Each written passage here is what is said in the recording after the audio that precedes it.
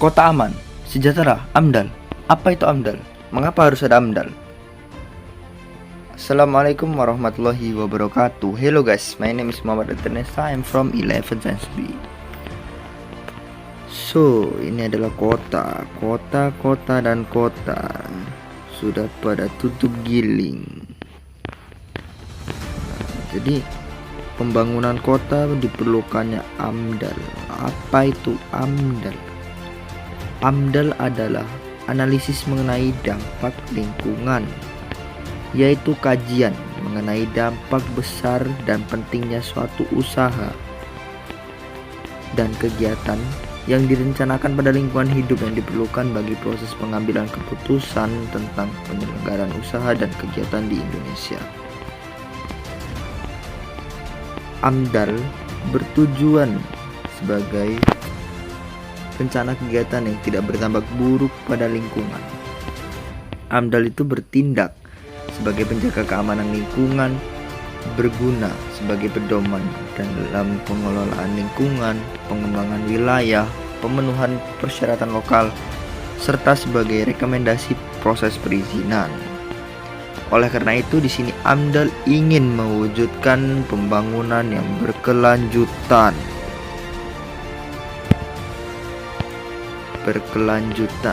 Adapun prinsip AMDAL adalah dasar yang berupa kebenaran ilmiah sebagai pedoman dalam perencanaan berbagai proyek pembangunan. Pembangunan nih, kota banyak pembangunannya nih.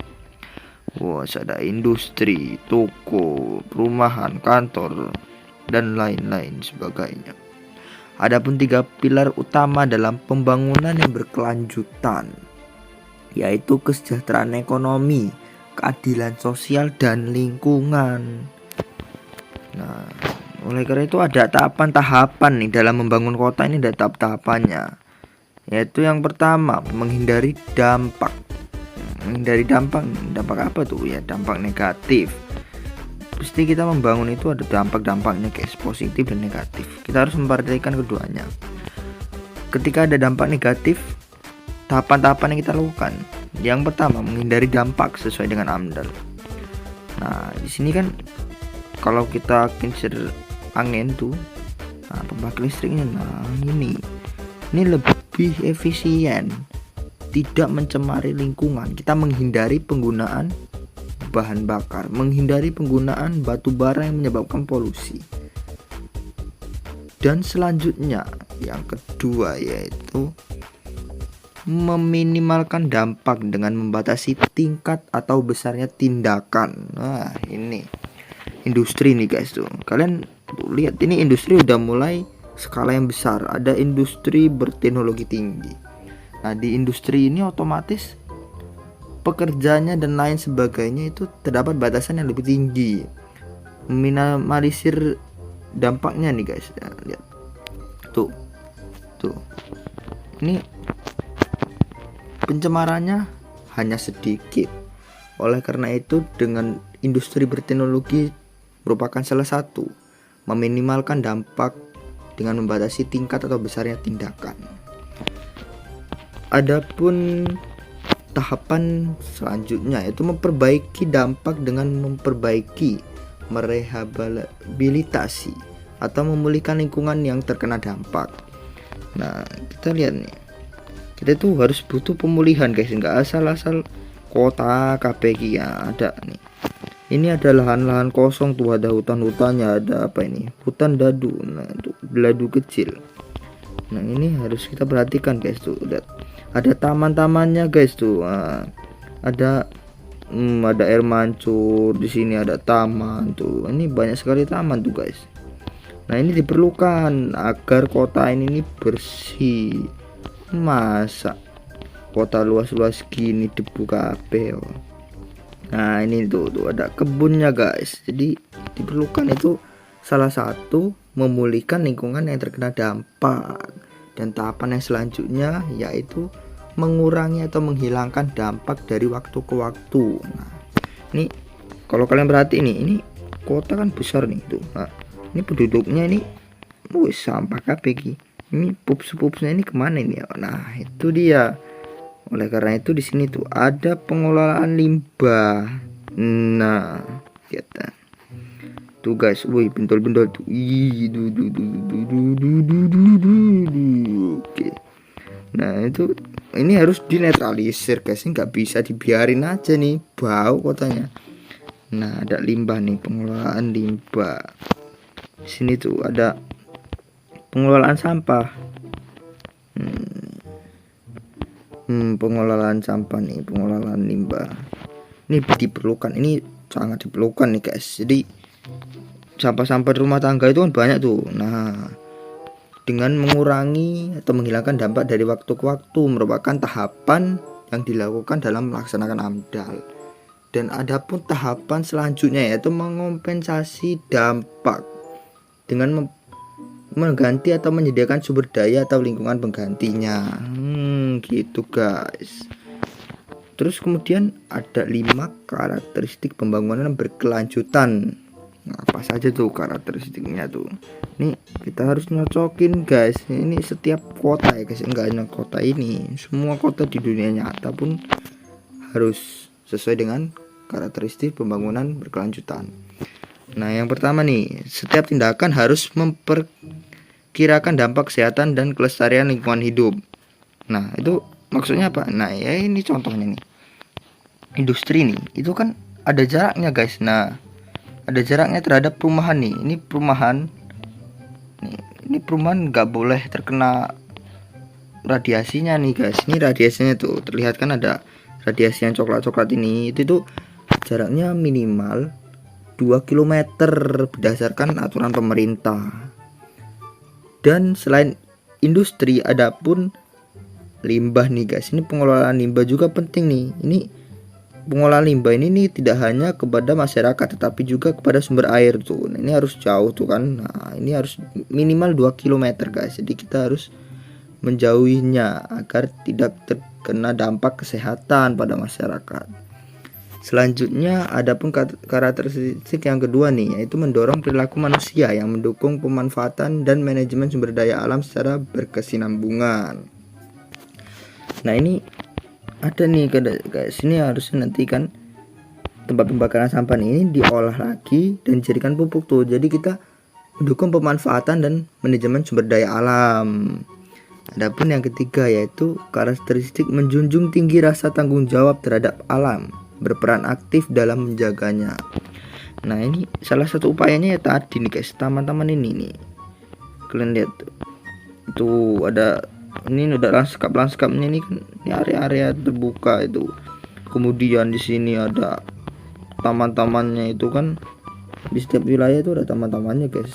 Nah, ini diperlukan tuh untuk menjunjung tinggi rasa tanggung jawab terhadap alam tuh.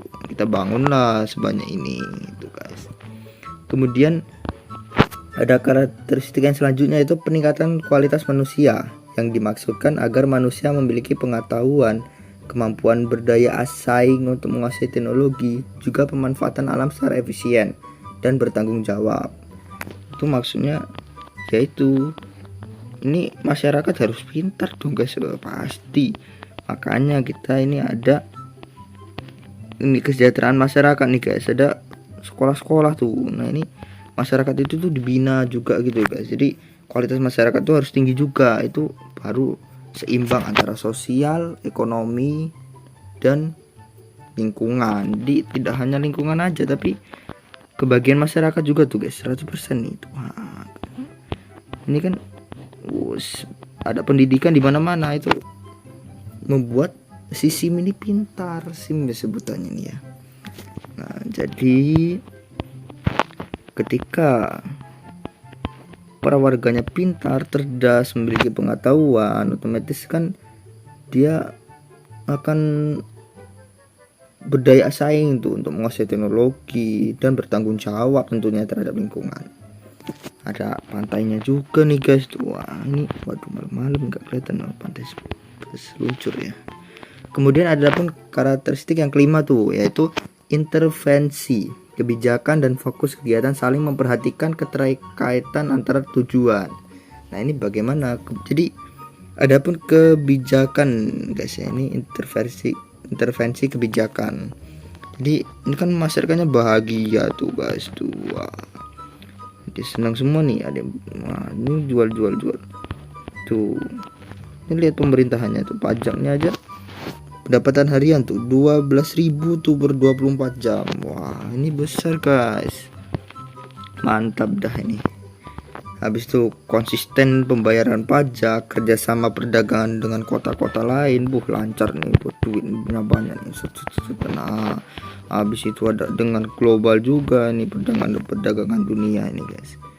Nah, itulah harus lengkap guys. Itu tak lupa juga ini ada perdagangan kargo nih. Wah, ini antar pulau dong. Wah, habis deh, ini harus dirapikan semua ini guys ya.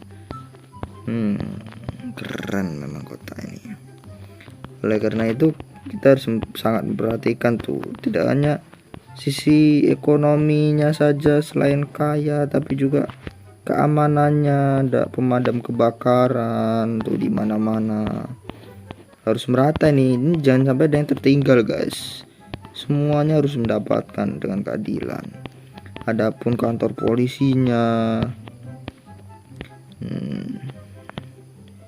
kantor polisi tuh kasih mana-mana. Adapun ini ini rumah sakit besar, medisnya tingkat tinggi tuh guys. Ini rumah sakit yang udah besar, ini bisa menjangkau seluruh area. Kita perlukan itu untuk keseimbangan sosial dan keseimbangan ekonominya, pajaknya lancar, penjualannya lancar, lingkungannya dengan aturan jaraknya lancar.